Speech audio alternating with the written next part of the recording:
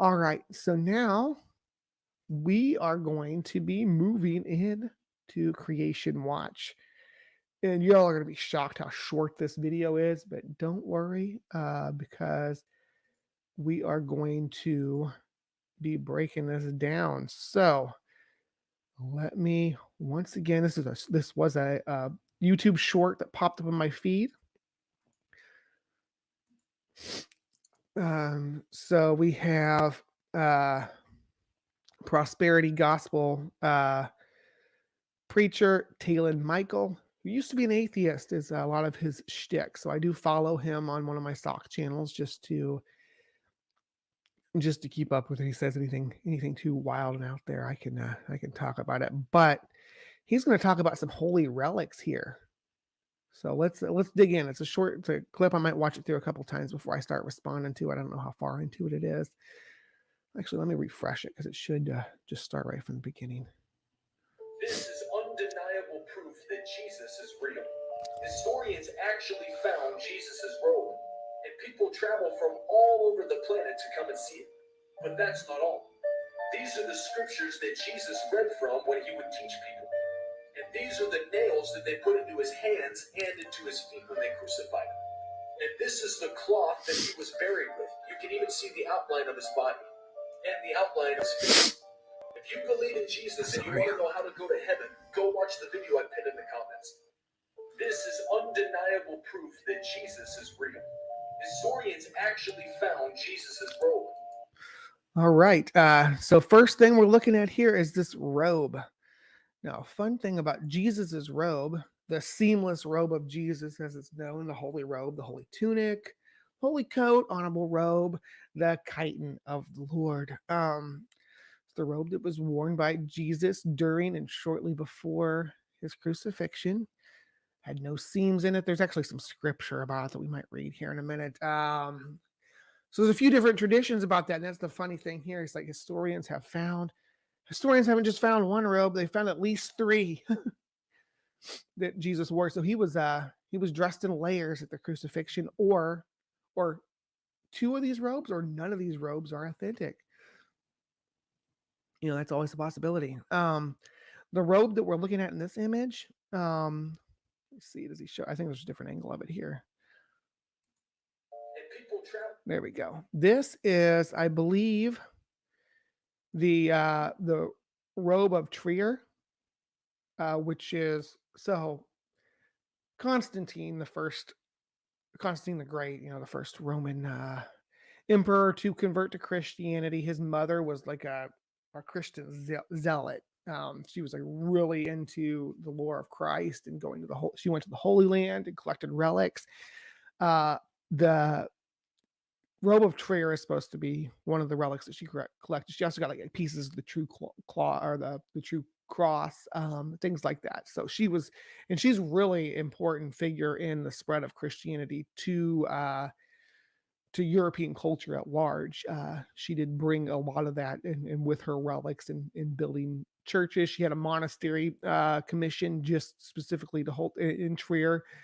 I think I'm saying that right, Trier. Yeah, and this was that robe, allegedly. But this robe doesn't actually show up in any historical. And again, this is Constantine, so we're talking like 300 to 350 is when this stuff's going on. No historical documents of the robe appear until the 12th century, and then it's just referenced. But it does reference that it had been shown before. It's not like a new thing. It's just been discovered. It's something that's traditionally held there.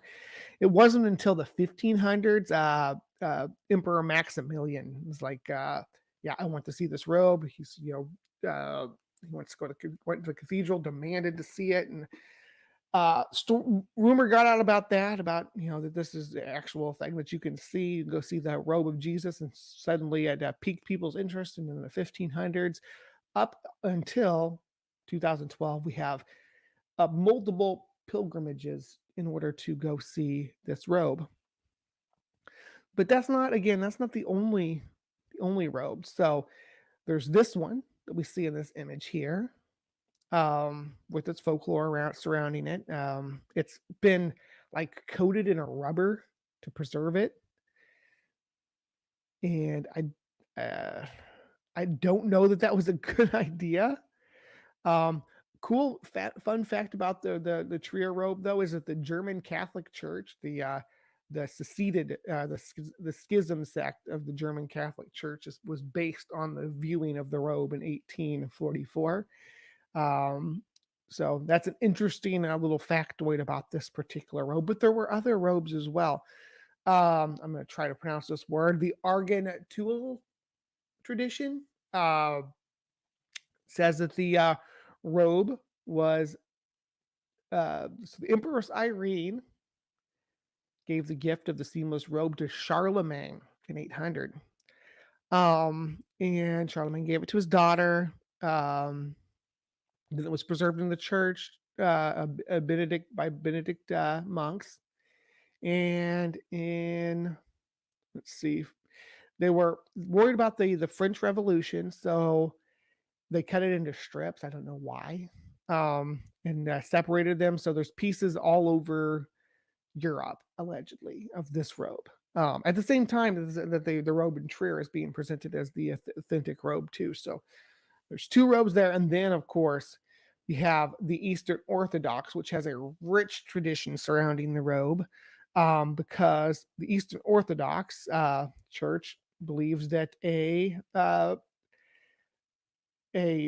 think it was a rabbi bought the robe from one of the soldiers that one of the Roman soldiers that crucified Jesus, and brought it back back to Georgia, and it has this long line of descent for that too, much more detailed than the Trier robe, even of passing through hands and who had it and where it was and where it's displayed at. It is still has portions of it displayed in Moscow to this day by the Russian Orthodox Church. So, which robe is the real robe? Which robe is authentic? I don't, in my opinion, is none of them. But I'm not big on holy relics in general. I haven't seen any that I think are real. But let's move along past the robe and see what else Taylan has to show us, because he's got Travel from all over the planet to come and see it. But that's this. This is the Gospel of Barnabas.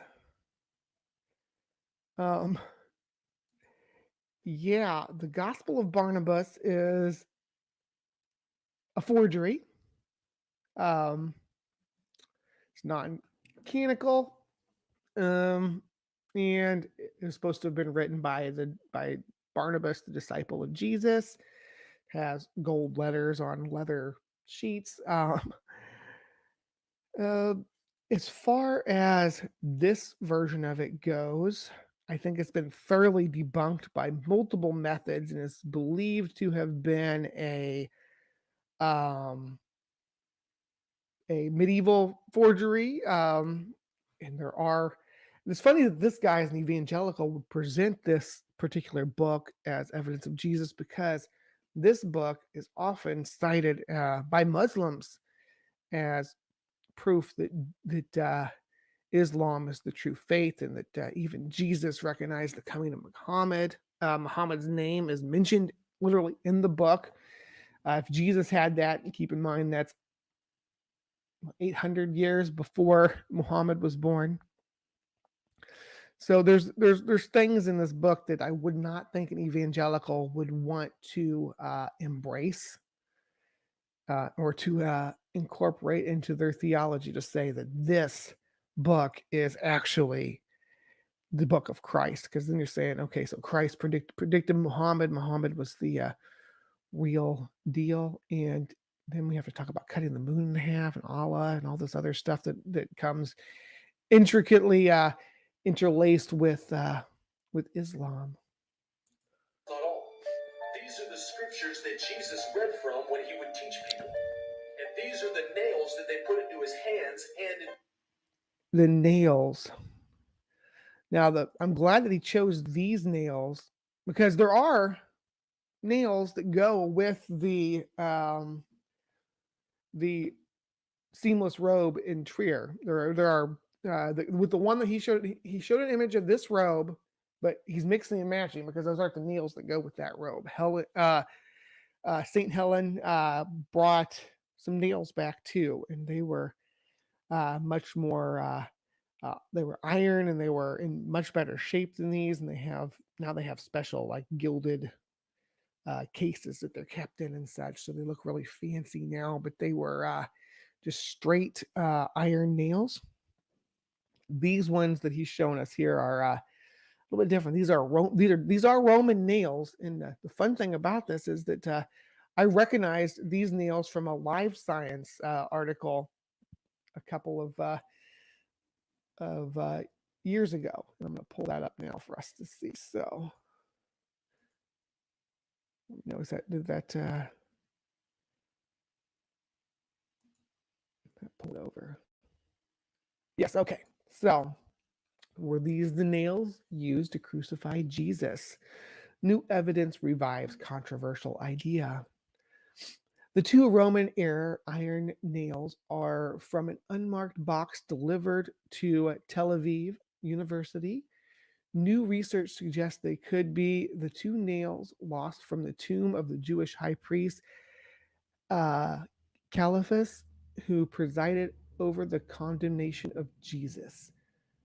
Two corroded Roman era nails that some have suggested pinned Jesus to the cross appear to have been used in an ancient crucifixion, according to a new study. This research has reignited debate over the origins of the nails. The new analysis suggests the nails were lost from the tomb of the Jewish high priest Caiaphas, who reportedly handed Jesus over to the Roman execution. Slivers of wood and bone fragments suggest that they may have been used in a crucifixion. Geologist, try this name, Aryeh Shimron, the lead author of the research published in July in the Journal of Archaeological Discovery, said that the link to Caiaphas and the latest evidence did not prove absolutely the nails were used to crucify Jesus in Jerusalem in 33 AD, but they strengthen the claim.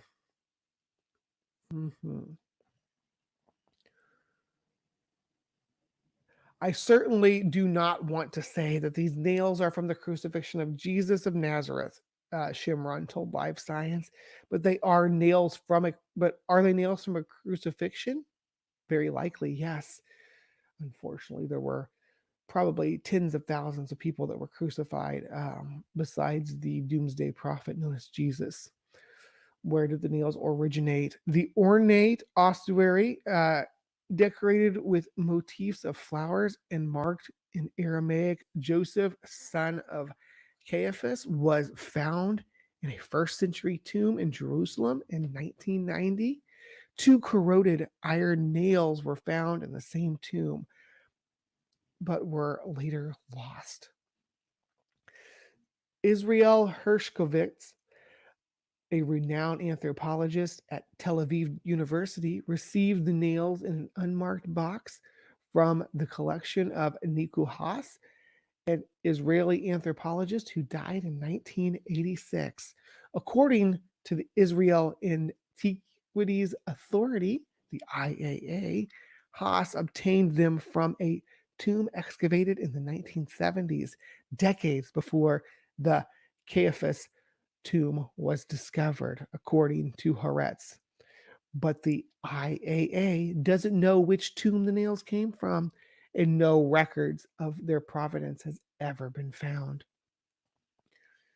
In the controversial 2011 documentary called The Nails of the Cross, however, filmmaker and journalist Simcha Jacobovici, I think you say that, Jacobovici, there we go, Jacobovici, suggested that the nails were those lost from the Caiaphas tomb, and that the high priest may have been so overcome with guilt about the crucifixion of Jesus that he kept the nails as a memento.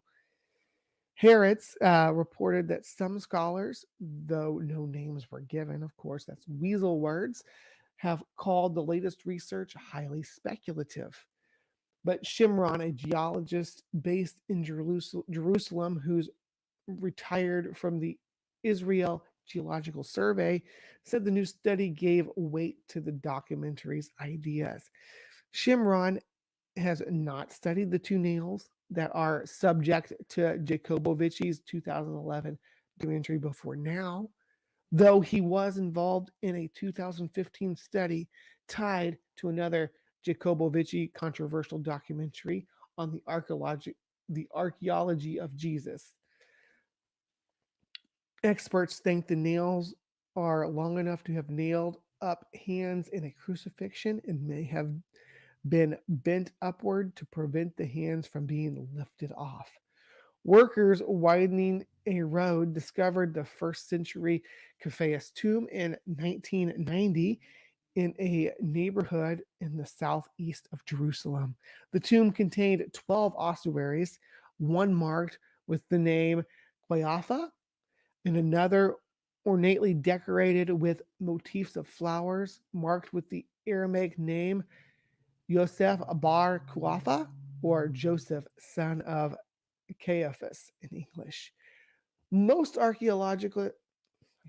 most archaeologists now accept that the tomb was used to bury the first century high priest Caiaphas and his family, the study says. Caiaphas was,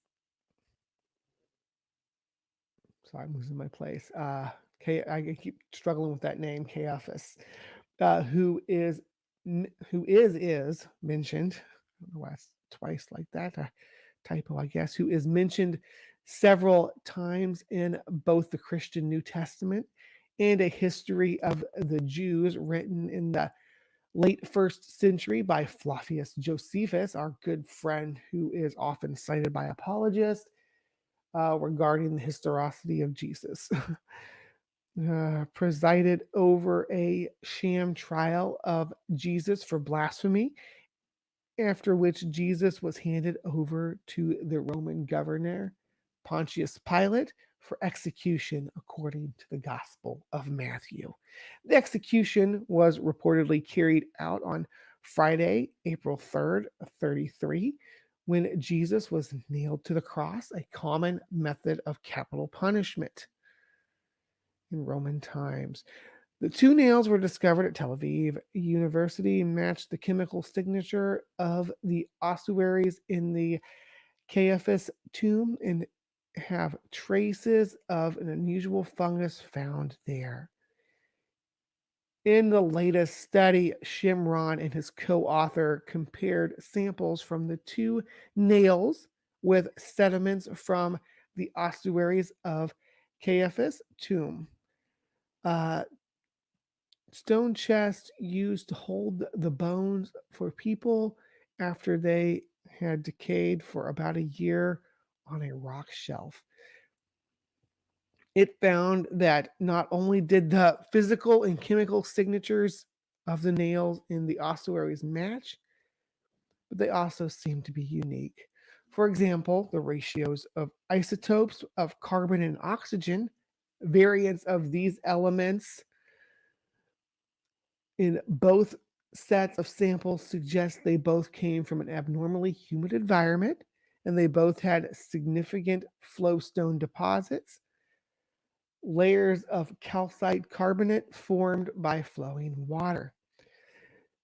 These findings match the conditions of the Caiaphas tomb, which is located near an ancient aqueduct and often would have been flooded by its overflow. The researchers also found evidence of both on both the nails and the ossuaries of a specific fungus, an unusual type of yeast that grows only in very damp conditions and has been found in no other tomb in Jerusalem. I think the nails came from that tomb. That's a good case to make too. If that fungus is not found, if that yeast is not found in any other tombs, but this one, that's a good case to be made. We also do need to take into account where the The nails may have been stored between the discovery and to when they were delivered to the Tel Aviv University. We don't know where they were for that 30-year period. So keep that in mind. It might have been longer than that. Let me scroll back up. What was the year that they were delivered to Tel Aviv? Okay, he died in 86. The tomb was excavated in the 70s. But no provenances is the problem that we have with these nails. So what we have to go on is basically this evidence, like with the fungus and stuff. So let's go on. Their analysis of the nails with an electron microscope also found found slivers of wood on the nails, which they recognized as cedar. A tiny fragment of bone, unfortunately now fossilized. Those discoveries heightened the possibility that the nails came from a crucifixion, but they did not prove it, Shimron said. Yeah, I'm perfectly fine with accepting that these nails came from Roman crucifixion. As it said above, crucifixion was a common form of execution at the time. And let's see, I'm going to check in with the comments here before I get into this next section here, because this will probably be it for the day. So let me pop back over to the comments before we finish up with the mysterious nails. Oh, not that way. There we go. Okay, so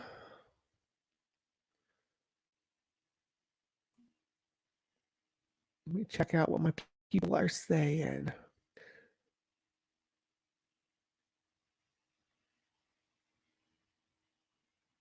Undeniable proof, right? Okay, there we go. Yep. Quill, it's undeniable. So if I deny it, then I'm denying the undeniable. That makes me wrong, right? Okay. Why on earth would Caiaphas keep the nails of someone he didn't believe was the Messiah? Yeah, it doesn't make much sense. Not to say that there wasn't somebody he could have at some point in time believed was the Messiah that got executed. There were a lot of guys running around doing stuff like Jesus at the time. I guess that's the point that I want to stress. There were a lot of people doing the Christ thing, doomsday prophecies and such. So, yes, is this the joke from The Crow? Jesus Christ walks into a bar and he hands the innkeeper 3 nails and he says, "Can you put me up for the night?" I always think of The Crow it's October now, so it's crow season. Jesus had a yeast infection confirmed.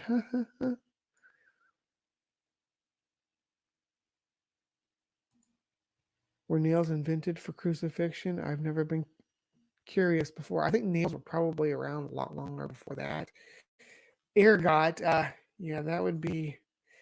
That wasn't the fungus, was it? Was that really the fungus? Because ergot is the fungus that makes people hallucinate. So it gets like into the grain stalks, and suddenly people start having mass hallucinations of witches and werewolves and stuff. No Jesus DNA was left over, unfortunately.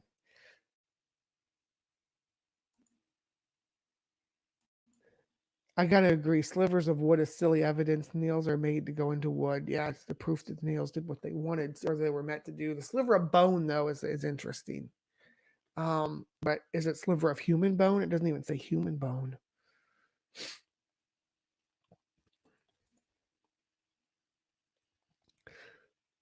I'm still here working on. Oh, you're good, Sandy. Thank you for hanging out.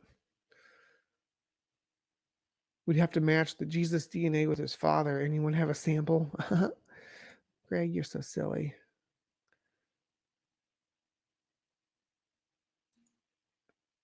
Fill in the gaps of the DNA like Jurassic Park style, right? Brilliant. Seems weird that he would be racked with guilt over one of several thousand people crucified, right? Probably hundreds at least that he had crucified specifically through his position of authority. Why Are we assuming that Jesus was the one that he had remorse for and kept the nails from? Not to say he didn't keep nails from somebody who was crucified, but why Jesus? All right, here we go. We're going to wrap it up here with this last section. Mysterious nails. The IAA says that their records show that 2 iron nails were also found in Caiaphas's tomb, one inside an unmarked ossuary and another on the ground near the ornate ossuary, possibly where it fell when it was disturbed by tomb robbers, but they were later lost. The excavator of the tomb suggested they may, why am I all over the place making up my own words? Suggested they might have been used to scratch inscriptions in the ossuary, but the idea was never investigated, Shimron said. The new study indicated that the nails from Tel Aviv University were indeed those lost from the Caiaphas tomb, despite the IAA's denial, he said. So the reason why the IAA is denying that is because their nails, what provenance they have of them, put them 20 years before the Caiaphas tomb was discovered. So they're suggesting that they can't be from that tomb because the nails were in possession of, what was his name?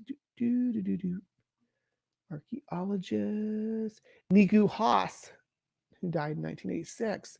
That's before the Caiaphas tomb was even excavated, because that was in, I think it said 1990. Where was the timestamp on that?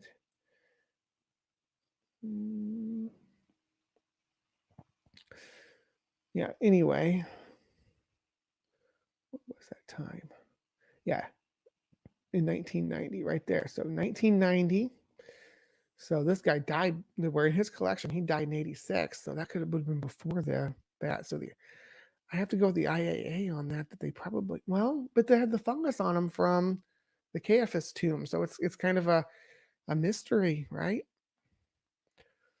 Where were we? According to the theory presented in Jacobovich's documentary, they might have been buried with Caiaphas because crucifixion nails were thought to be magical, a belief noted in ancient Jewish writings, and because Caiaphas is only known for his role in the crucifixion of Jesus, it's possible that the nails were linked with that event, although it can only be a supposition, Shimron said. Hershkovitz, who still has possession of the 2 nails, told HiveScience he was not convinced by the latest study, but he did not rule out the possibility that the nails came from the Caiaphas tomb. The nails are long enough to have been used on a person's hands in crucifixion, and they are bent upward at the end, perhaps to prevent the hands from being lifted off the cross. But the presence of bone fragments did not prove the nails were from a crucifixion, because bones from the tomb may have stuck to the nail. Ossuaries are full of human bones, he says.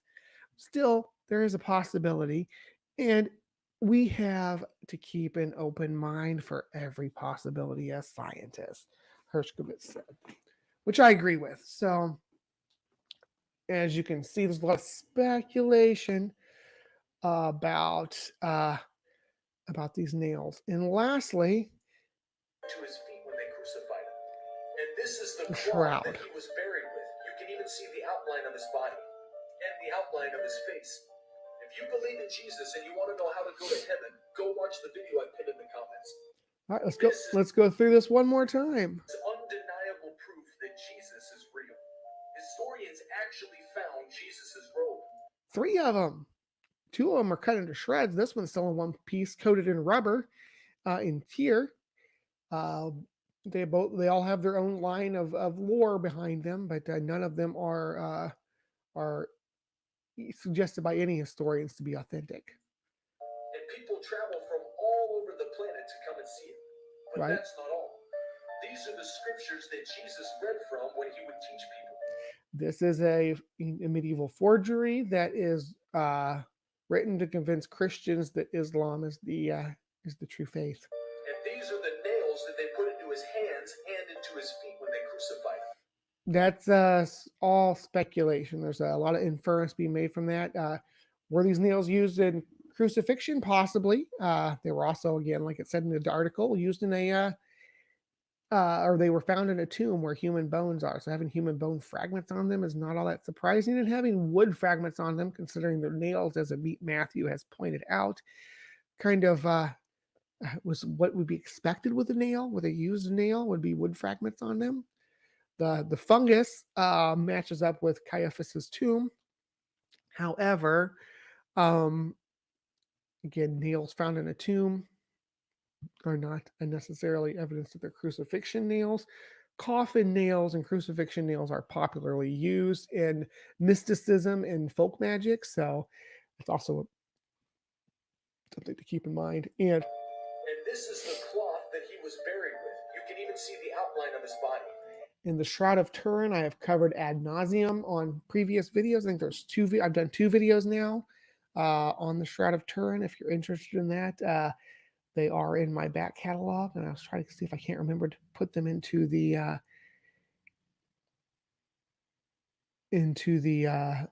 comment, or into the video description below. I'll try to remember to do that.